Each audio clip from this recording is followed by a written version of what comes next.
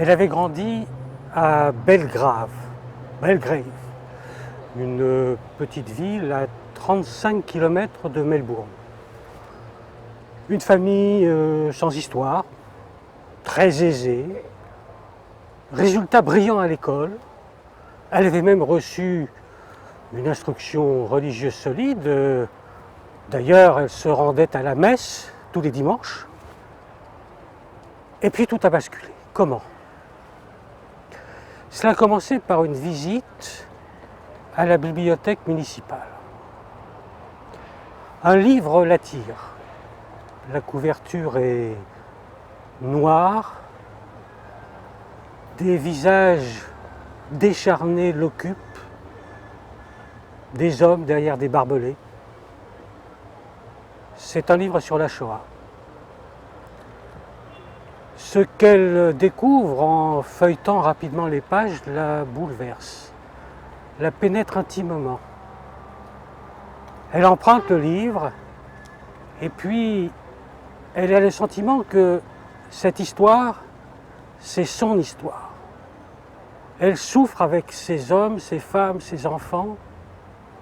Et puis la jeune fille souriante, la jeune fille qui découvrait avec délice la vie, cette jeune fille devient dépressive, de plus en plus dépressive. Les parents ne comprennent pas, les médecins n'y peuvent rien. Par hasard, et vous comprendrez que cette expression doit être mise entre guillemets, elle tombe un jour sur un article de presse parlant du rabbi de Lubavitch, des bénédictions qu'il accorde aux uns et aux autres. Alors elle lui écrit et lui dit toute sa vérité. Elle est chrétienne, mais elle se sent personnellement concernée par la Shoah. Elle demande sa bénédiction et quelque temps après, une réponse arrive. Le rabbi lui demande de prendre contact avec son chaliar, son délégué à Melbourne, le Rav Gutnick. C'est ce qu'elle fait. Le Rav Gutnick la reçoit, s'entretient longuement avec elle et finalement ne voit pas très bien ce qu'il peut faire pour cette jeune fille. Mais voilà que quelques semaines plus tard, le Rav Gutnick reçoit une lettre du rabbi. Et dans cette lettre, une question va tout changer. Cette question est la suivante. Que devient la jeune fille juive de Belgrave ?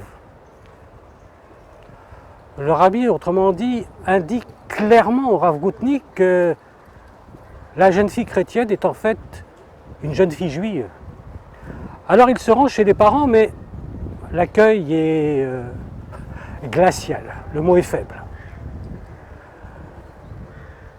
Le temps passe à nouveau et le Rav Gutnick, qui veille à se tenir informé de l'évolution des choses, apprend que l'état de santé de la jeune fille s'est considérablement aggravé au point qu'elle est hospitalisée et que les médecins n'osent même pas se prononcer sur l'issue. Alors évidemment, il se rend à l'hôpital. Là, les parents lui font un meilleur accueil. Et il parvient à voir seul à seul la maman, qui lui avoue qu'elle est née en Angleterre, que très jeune, elle a émigré en Australie, que là, elle a épousé son mari et qu'elle a bien élevé son enfant dans la tradition chrétienne, mais quant à elle, elle est bien juive. Alors, ce qui s'est passé ensuite,